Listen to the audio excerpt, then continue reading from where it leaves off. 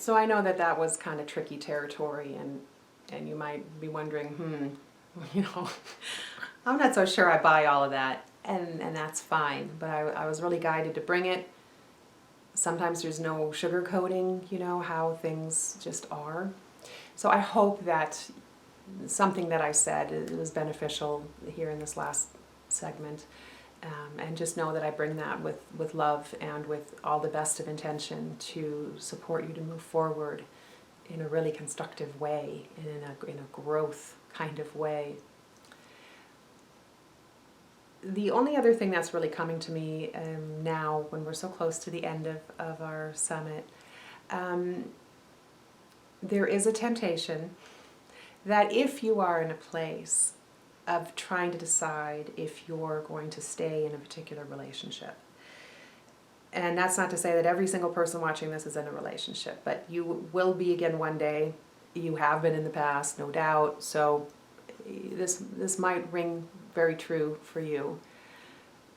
There is a really primal kind of drive in us that when we end a relationship, if we leave someone or they leave us, we have this immediate urge to find someone else, to validate ourselves as being worthy and attractive and wantable, desirable by someone else. And it is so indicative of that lack of self-love and lack of self-worth that we carry all too often. The belief that we will find our worth, our fulfillment, our happiness with someone else or in someone else. And we all really know that that's a fallacy. People learn it the hard way as a rule. I mean, think about that burden, right? When someone holds you responsible for their state of happiness and holds you fully responsible for when they're unhappy. That is a responsibility I never again want, and I never want to put on someone else again. If you decide, in your midlife revolution, that it is time for you to close out a relationship, most especially an intimate one, that you do so fully prepared for that feeling of, oh my God, I'm single. Some people really welcome it and they absolutely revel in it, and they just can't wait to go do single things and cook for one person. And I was kind of like that. I really embraced it. I really did. I only have to cook for one person. I can eat in bed. Oh my God, this is so amazing. I can watch whatever I want and all of that. And I myself and other ladies have shared that with each other. But a great number of us feel very naked, feel very odd, and somehow flawed or wrong if there's not a guy next to him or a woman, that there's no partner. And this is often, say it again, traceable to your upbringing. What was conveyed to you as being part of being valuable. Well, everybody should have someone. Everyone should be married. You don't know. You don't know what story is running your show. That's the whole point of going solo for a while, is finding out how the 4-year-old, the ego, is running your show. What is the narrative being whispered in your ear? What old stories are guiding your every move in every aspect of your life? I just so encourage you to stop and love yourself enough that if you find yourself single through one circumstance or another during this midlife rumbling, that you just allow yourself to be alone for a while, to learn to navigate your aloneness. It is invaluable to be able to be with yourself, to find value in yourself without an intimate partner telling you how pretty you are. The cuddling, sex is often such a poor substitute for intimacy. I've had plenty of sex in my life that involved no connection. And boy, do I know that difference now. I mean, this especially, once you get in touch with yourself, like you really get back into your authentic self, and then you think back on these encounters you had with people that had zero authenticity, that had zero connection, and it was all made up in your head. It's mind-boggling to me how we're able to fool ourselves into thinking that love is simply being with someone, sharing space with someone. And love has turned into such an interesting word, right? Everybody says how much they love coffee or love that Netflix series. Oh, and they also love their spouse and love their kids. This word is so interesting to me. It's lost a little bit of its zing, you know what I mean? Maybe it's just me. But let's love ourselves enough if we find ourselves on our own in this segment of our life to stay alone for a minute, to work on that connection with our highest and truest and wisest self, to find your spiritual tether. Allow for that to happen so that you don't make a decision about your next relationship from a place of desperation, loneliness, and fear, which is, I swear, 9 times out of 10, that's kind of what's at play as we run from one person to another, hoping to relieve the feeling of aloneness and unworthiness and that desperation, and we want other people to know that we're desirable and we're amazing because we have a person. And even if that person and you have next to no real authentic connection, what we can talk ourselves into is amazing and sad and scary, I've found. This journey into yourself, into unearthing your authenticity and your true being, it is a journey often made alone.